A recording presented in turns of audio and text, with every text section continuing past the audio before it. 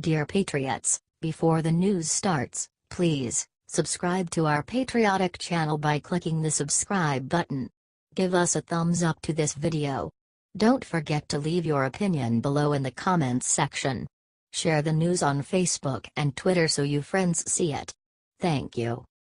Pics from inside the LV shooter's hotel room just released. What's inside is horrifying. Warning. You are about to see graphic content. New photos have just been released of the Las Vegas shooter's dead body on the floor after he committed suicide. In the photo, Stephen Paddock wears a brown long-sleeve top, black slacks, loafers and black gloves, according to Daily Mail. Now, you can watch the chilling video below. The pics are at the end. The new photos have shown a horrifying scene as SWAT teams encountered the shooter's room and found him dead inside. The mass murderer also set up a camera outside the room to warn him when police arrived. Las Vegas have announced that he had 23 guns inside the hotel room. There were 19 guns found in his room with thousands of rounds of ammunition. The only thing next to his body were hundreds of spent shells, 2 assault rifles, and a hammer. Below is the graphic photo from the event. We had to blur it due to the nature of the photo. This man was a sicko. Let's give a thank you to all the heroes that went out and fought this monster. Share this if you are proud of our men in blue for fighting this monster.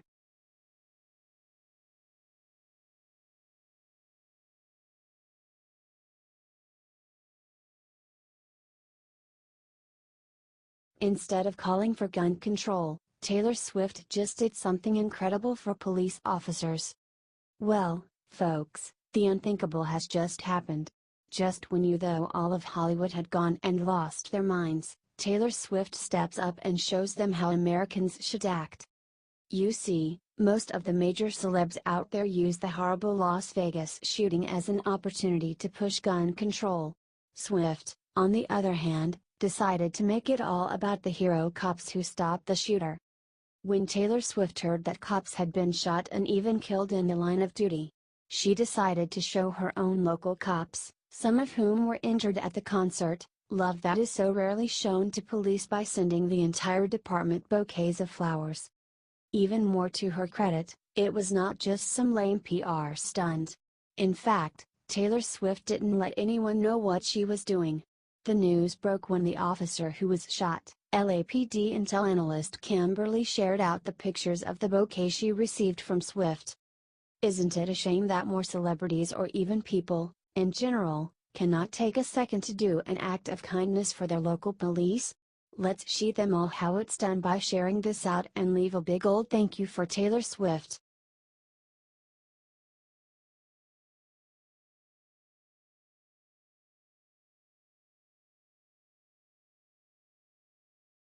In Puerto Rico, Trump looked into eyes of San Juan mayor and revealed who she really is.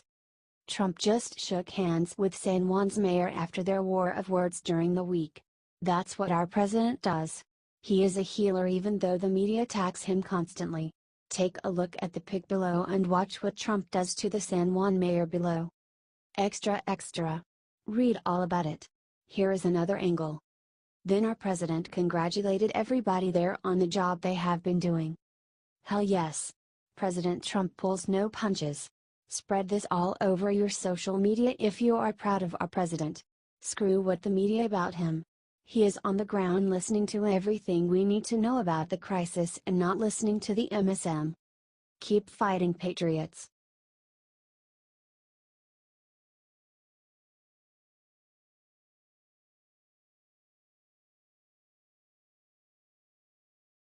Leaked photo contains shocking clue about Vegas gunman's motive. See inside. So far, no motive has been revealed in the Las Vegas shooting that has taken 59 lives and has injured hundreds more. But a newly leaked picture of the gunman's hotel room suggests authorities may know more than they have revealed publicly. We already know that the killer's Mandalay Bay suite was filled with 23 guns, hundreds of rounds of ammunition and the dead body of shooter Stephen Paddock. Apparently, a note may have been left behind as well, according to the picture. The photo that sparked this theory, obtained by the Daily Star, shows Paddock's feet, several of his guns, and a pad of paper with a pin resting on top. Could that paper contain information about why Paddock decided to kill so many people? It's hard to say right now. No official comment has been made regarding the photo, but considering the lack of information currently available, rumors are beginning to circulate about what investigators do and do not know. This apparent detail is accompanied by information that Paddock's girlfriend is abroad and that Paddock allegedly transferred large sums of money out of the country before the attack. Until officials feel confident that they can reveal more information without impeding their investigation, we may not find out what's on that piece of paper. What do you think? Comment on the article and share. Whatever the paper contains, the dead body of Paddock is a reminder that evil may sometimes succeed, but they never win in the end.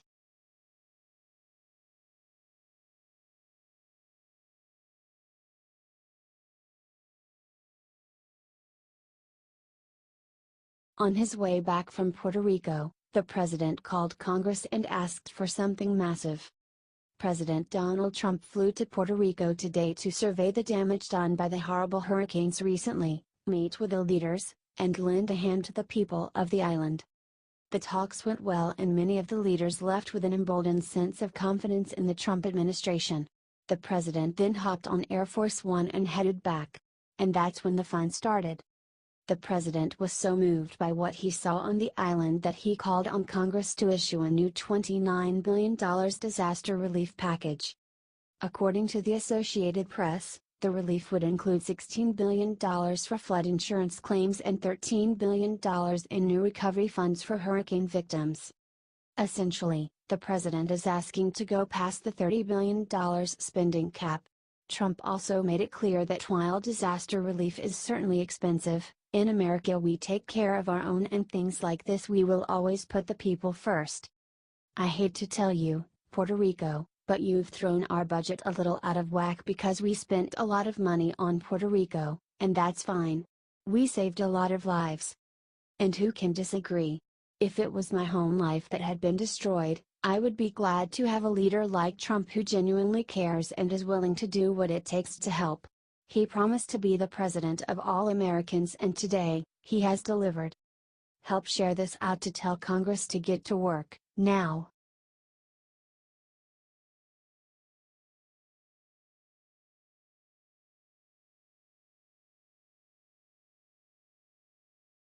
What Trump just threw into this crowd in Puerto Rico has the media going insane. President Trump is a great president. He personally got involved today in handing out aid to the Puerto Ricans. He even launched rolls of toilet paper into the crowd one by one. Watch the video that is shocking the mainstream media. You can see that the Puerto Rican people really love our president in the video. Trump then turned to the crowd and said, "There's a lot of love in this room."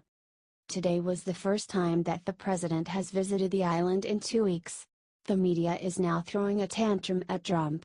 Watch the video again from a different angle. The people absolutely love him. The media is going absolutely bananas trying to spin this one and is running the headline that Trump is just throwing paper towels at people.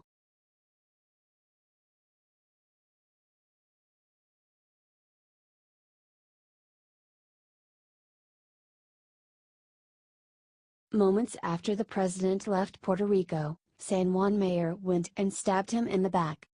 Today President Trump flew all the way to Puerto Rico to survey the hurricane damage, talk to the local leaders and lend a hand to the people. Of course, there is one person in Puerto Rico who does not like the president one bit. San Juan Mayor Carmen Cruz. The president actually went and personally met with Mayor Cruz during his outing. He met with many of the other leaders as well and heard their concerns. It seems that many of them loved President Trump and were happy with their meeting. Then there was the nasty thing Cruz said. "I would hope that the President of the United States stops spouting out comments to hurt the people of Puerto Rico." Rather than Commander-in-Chief, he sort of becomes Miscommunicator-in-Chief. She also implied the best part of the meeting was the second half, after Trump had left to take care of other duties.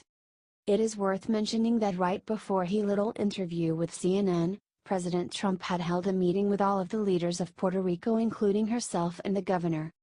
He managed to thank all the mayors and leaders during the meeting for their hard work except one, San Juan Mayor Cruz.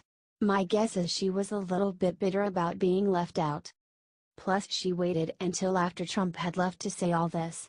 Apparently, she likes to act tough on camera but cannot back it up in person. Still, maybe if she spent more time working with Trump, FEMA, and the military and less time interviewing on every TV network that will have her, we would be in better place by now. It's time for her to put her political ambitions aside and serve the people.